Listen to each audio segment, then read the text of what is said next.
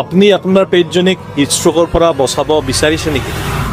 নমস্কাৰ, আপোনালোকৰ কুৱেৰিজ বিলাক মই পাই আছো। বহুতে মোক সুধিছে আগৰ ভিডিঅ'টো চাই, আৰু আটাইলৈকে বহুত ধন্যবাদ। আপোনালোকে ভিডিঅ'টোৰ প্ৰতি বহুত ভালকৈ ৰেছপন্স দিছে, ইউজফুল হোৱা বুলি কৈছে, আৰু আপোনালোকে জানিব বিচাৰিছে হিটষ্ট্ৰোকৰ ৰিমেডিজ কি হ'ব পাৰে।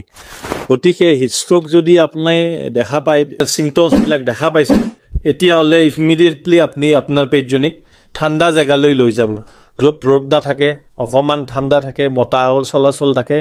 তাইৰ গাত নৰ্মেল ঠাণ্ডা পানী, ফ্ৰিজ ৱাটাৰ নহয়, নৰ্মেল ঠাণ্ডা পানীটো ছটিয়াব, বডিটো ঠাণ্ডা কৰিবলৈ যত্ন কৰিব। ডিঙিত আপোনালোকে আইচ পেক লগাব পাৰে, মূৰত নলগাব। আৰু তাই যদি খাব পৰা অৱস্থাত আছে, অকণমান ঠাণ্ডা পানী তাইক খাবলৈ দিব।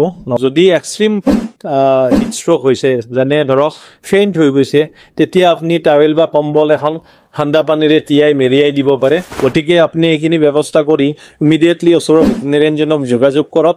ধন্যবাদ।